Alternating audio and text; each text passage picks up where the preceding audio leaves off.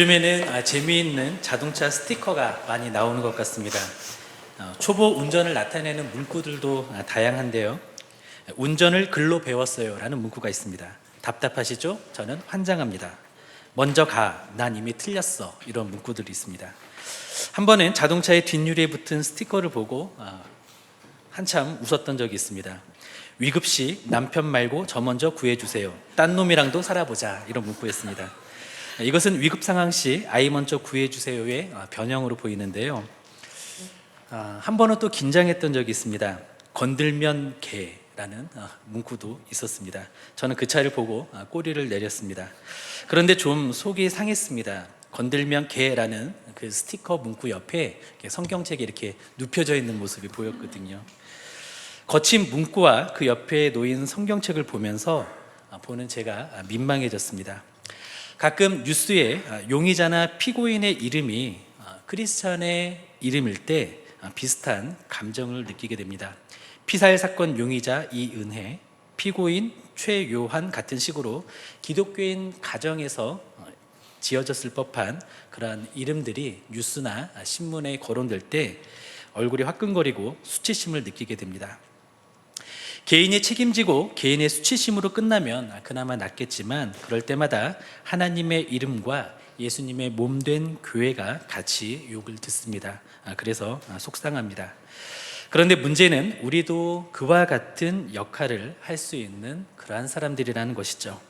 우리 때문에 하나님의 이름이 세상에서 모독을 받을 수 있습니다. 우리의 위선과 무심함으로 하나님을 욕되게 할 수도 있습니다. 오늘 우리는 우리 자신에 대해 진지하게 질문을 던져보기를 원합니다. 나는 표면적인 그리스도인인가? 이면적인 그리스도인인가? 나는 무늬만 크리스찬인가? 진정한 크리스찬인가? 우리 자신에게 이러한 질문을 던져보기를 원합니다. 오늘 말씀은 자신이 구원받은 그리스도인이라고 착각하는 교인들에게 경고를 주고 회개를 촉구하는 말씀입니다. 오늘 본문을 통해서 우리에게 주시는 하나님의 음성을 듣기를 원합니다. 참고로 오늘 본문에는 반복되는 단어들이 있습니다. 유대인, 율법, 할례입니다. 우리는 이 단어들 대신에 다른 단어를 대입해서 읽으면 이해가 더 빠를 것 같습니다. 유대인을 그리스도인으로, 율법을 성경으로, 말씀을 할례를 세례로 이렇게 대입해서 읽으면 그 의미가 보다 분명해질 것입니다. 첫째로, 아는 것과 지적 동의는 믿음이 아닙니다. 유대인들은 모든 민족들 중에서 가장 종교적인 민족이라 할 수 있습니다. 바울 당시의 유대인들의 그런 종교심은 종교적인 교만, 민족적인 교만으로 발현되었습니다. 그들은 로마의 식민 지배를 받고 있는 상황에서도 정복자들을 하찮게 여겼습니다. 그들에게 있어서 로마인들도 부정한 이방인일 뿐이었습니다. 그들은 이방인들을 지옥의 불쏘시개 정도로 여겼습니다. 그리고 자신들은 아무리 죄를 지어도 구원을 받지만 이방인들은 아무리 의롭고 선하게 살아도 반드시 지옥에 간다고 생각을 했습니다. 자신들은 아무리 크고 심각한 죄를 지었다 할지라도 아브라함이, 그들의 믿음의 조상 아브라함이 지옥문에서 기다리고 있다가 천국문으로 인도해 줄 것이라는 그러한 생각을 가지고 있었습니다. 유대인들의 종교적인 교만의 근거는 무엇일까요? 우리 로마서 2장 17절에서 20절까지의 말씀을 함께 읽겠습니다. 유대인이라 불리는 내가 율법을 의지하며 하나님을 자랑하며 율법의 교훈을 받아 하나님의 뜻을 알고 지극히 선한 것을 분간하며 맹인의 길을 인도하는 자요, 어둠에 있는 자의 빛이요, 율법에 있는 지식과 진리의 모본을 가진 자로서 어리석은 자의 교사요, 어린아이의 선생이라고 스스로 믿으니. 아멘. 그들이 종교적인 교만을 가졌던 그 근거가 무엇이냐면 17절에 보니까 유대인이라 불리는 것이었습니다. 그들은 자신들의 민족성을 자랑스러워했습니다. 각각의 근거들에 한번 우리들을 대입해 보면 좋겠습니다. 우리는 그리스도인이라는 명칭을 명예롭게 생각해야 합니다. 우리가 스스로 그리스도인이라고 말하는 것은 다른 사람들이 신뢰할 수 있는 삶을 살겠다라는 의지의 표현이고, 우리가 그것을 지키고 있는지 지켜봐 줄 것을 요청하는 것입니다. 그리고 우리는 그리스도인이라는 신분을 드러내면서 등경 위의 빛과 같은 삶을 추구해야 합니다. 그리고 17절에 보면 율법을 의지하는 것, 이것이 유대인들의 교만의 또 하나의 근거였습니다. 하나님께서 그들의 조상인 모세에게 율법을 주셨죠. 그들은 자신들이 그것을 알고 있다라는 사실에 자부심을 가지고 있었습니다. 우리에게는 성경 66권이 주어졌습니다. 우리는 전 세계에 주님의 메시지를 전달하기 위해 하나님께 선택을 받은 사람들입니다. 이것은 큰 특권이고 무거운 책임을 동반합니다. 우리는 먼저 진리의 말씀에 순종하는 삶을 살아서 진정성 있게 하나님의 말씀을 전해야 합니다. 말씀을 아는 지식으로 남을 가르칠 줄은 알면서 말씀대로 살지 않는 그런 위선을 우리는 또 주의해야 합니다. 말씀에 대한 지식 때문에 교만해져서도 안 되는 것이죠. 그리고 17절에 보면 하나님을 자랑하는 것, 이것도 그들의 교만의 근거가 되었습니다. 하나님을 자랑하는 것은 자신들이 하나님과 특별한 관계에 있다는 것이고, 그래서 유대인들은 자신들은 다른 민족들에 비해서 우월하다고 생각을 했습니다. 우리는 예수 그리스도를 주님으로 또 구원자로 영접하여 반역자에서 거룩한 백성이 되었습니다. 심판받을 죄인에서 하나님의 자녀가 되었습니다. 그러한 우리 안에 성령 하나님께서 거하시죠. 그래서 우리는 하나님을 아빠, 아버지라고 부를 수 있게 되었습니다. 이것은 구약의 어떠한 왕들도, 어떠한 제사장들도, 선지자들도 경험해 보지 못한 놀라운 은혜입니다. 우리는 이러한 특권과 은혜를 방종의 기회로 삼아서는 안 되겠습니다. 그리고 18절에서 19절까지 보면 유대인들은 율법을 가지고 있었고 그것에 대한 지식으로 교만해졌습니다. 그들은 스스로를 선한 것을 분별할 줄 안다고 생각을 했습니다. 자신들을 맹인을 인도하는 자, 어둠에 있는 사람에게 빛이 되는 자, 어리석은 자의 교사, 어린아이의 선생이라고 그렇게 자부하고 여겼습니다. 우리들은 무엇이 악이고 무엇이 죄인 줄 알죠. 악인들과 죄인들에게 임할 하나님의 무서운 진노와 심판도 압니다. 그리고 우리는 하나님의 진노와 심판에서 벗어날 수 있는 그러한 복음, 기쁜 소식도 알고 있습니다. 예수님께서는 그런 우리들에게 가서 모든 민족으로 제자를 삼으라고 명하셨습니다. 우리는 잘난 척, 깨어 있는 척을 할 것이 아니라 단지 기쁨으로 복음을 전하고 확신과 겸손으로 예수 그리스도를 증거해야 합니다. 이처럼 유대인들은 여러 가지 종교적인 이유로 교만해져 있었습니다. 우리들은 특별해 라는 생각이 늘 있었던 것이죠.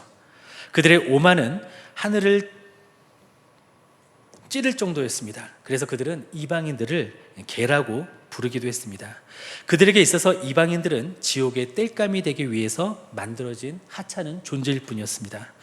그런데 그리스도인인 우리들도 유대인들처럼 충분히 교만해질 수 있습니다. 그러나 우리는 예수 그리스도를 본받는 그리스도인의 삶을 살아야 합니다. 말씀에 대한 지식은 참 중요합니다. 그러나 지식이 곧 믿음을 의미하지는 않습니다. 그 지식의 머리를 끄덕이는 것도 믿음이 아닙니다. 우리는 지적 동의를 믿음으로 착각하는 경우가 많은데요. 천만의 말씀입니다. 우리는 성경 말씀을 가장 먼저 바로 자기 자신에게 적용시켜야 합니다.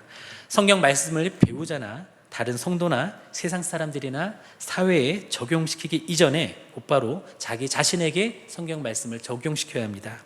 그리고 우리는 성경 말씀을 스스로에게 적용하면서 그 말씀에 순종해야 합니다.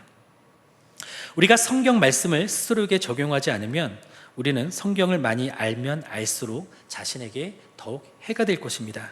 순종 없는 지식은 사람을 교만하게 합니다. 사람의 인성이나 영성을 결코 더 나아지게 만들지 못한다는 것이죠. 그리고 과거에는 열심히 있었지만 지금은 하나님과 적당한 거리를 두는 것은 일종의 현세적인 믿음이라 할 수 있습니다. 그것은 필요할 때만, 갈급할 때만 도움과 힘을 구하는 믿음입니다. 이렇듯 믿었으나 현재까지 지속되지 않는 믿음은 바른 믿음이라고 할 수 없죠. 항상성이 없는 믿음은 살아있는 믿음이라고 할 수 없습니다. 어떤 분들은 현재의 신앙을 이야기하지 않고 과거의 신앙만 이야기를 하십니다. 한때는 나도 열심히 있었어, 나도 철야 기도도 했었고 말씀 훈련도 많이 받았었어, 이런 식이죠.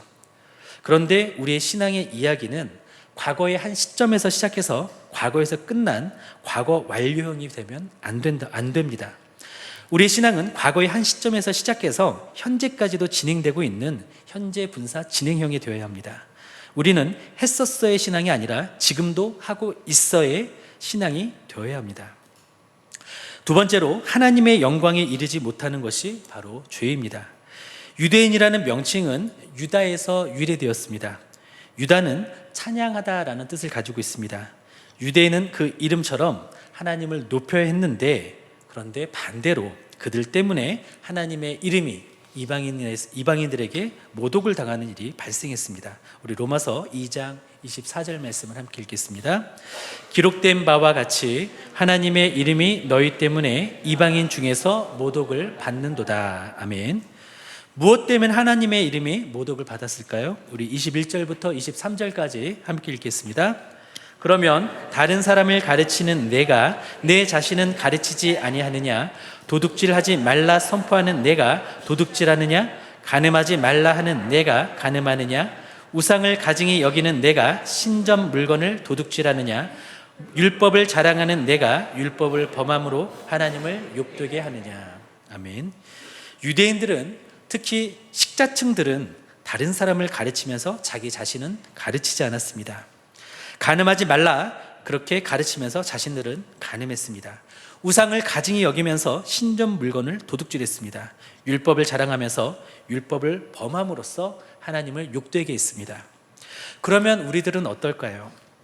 우리는 간음한 사람들을 정죄하죠. 그런데 예수님께서는 음욕을 품은 자마다 이미 간음했다라고 말씀하십니다. 우리가 성인 영화나 음란물을 접해서 마음이 동하는 그 순간에, 배우자가 아닌 다른 대상에게 욕구를 느끼거나 상상을 하는 그 순간에 우리들도 이미 간음죄를 범한 것입니다. 우리들은 사람을 때리거나 생명을 빼앗지 않았죠. 그러나 미움을 가진 순간, 증오심의 뿌리를 내리는 순간 우리들은 이미 살인자가 된 것입니다. 우리는 우상에게 절하지 않았습니다. 성황당이나 등산로에 있는 돌탑에 소원을 빌지도 않았습니다. 조각상이나 주물로 만든 신상에 절하지도 않았습니다. 그러나 권력이나 안락이나 명예나 소유욕이나 지배욕이나 정욕과 같은 것들을 목표로 하거나 갈구하고 살았습니다. 우리가 음성적으로 이러한 것들에 눈길을 주어왔던 것이 곧 우상숭배라는 것이죠. 하나님의 공의는 우리의 겉모습뿐만 아니라 우리의 내면의 동기까지 살피십니다.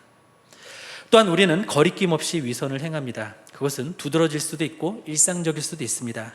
직장에서 점심시간을 지키지 않거나 근무시간에 개인적인 일을 하기도 합니다. 납세신고 용지에 어떠한 항목을 누락시키기도 합니다. 게임 개발을 하면서 자신의 자녀만큼은 게임에 빠지지 않기를 바라는 위선을 보이기도 하죠. 이렇듯 우리는 다 치우쳤습니다. 자신도 동일한 죄를 짓고 있으면서 더와 덜로 비교하죠. 그래서 더한 사람을 찾아서 정죄하고 덜한 자신은 괜찮다라고 생각하는 것이죠. 그리고 죄의 본질에 대해서 짚어볼 것이 있습니다. 죄란 무엇일까요? 우리는 죄를 사람과 사람 사이의 일로서만 한정시키는 경향이 있습니다. 공공 질서를 파괴하거나 사람에게 해를 입히는 것들을 우리는 죄라고 생각합니다. 좀 더 확장하면 인륜을 거역하고 사람의 마음을 아프게 하는 것을 우리는 죄라고 생각합니다. 그러나 죄의 본질은 하나님의 영광에 이르지 못한 것, 그것이 바로 죄의 본질입니다. 하나님의 영광을 실제 있는 그대로 처우하지 못해드리는 것이 바로 죄인 것이죠. 인류는 하나님의 영광을 위해서 창조된 피조물입니다. 그런데 인류는 하나님을 영화롭게도 아니하고 감사하지도 않는 그러한 문화를 확산하고 있습니다. 심지어 하나님을 믿는다고 하는 표면적 그리스도인들은 세상 사람들에게 지탄을 받을 정도로 부패해 있습니다. 이것은 우리 모두가 회개해야 되고 함께 통탄해야 합니다. 그렇게 해서 하나님을 대적하는 인류에게 하나님의 백성이라고 자처하는 사람들 때문에 하나님의 이름이 모독을 당하시고 있습니다. 우리는 이러한 죄들에서 자유한지 돌아보기를 원합니다.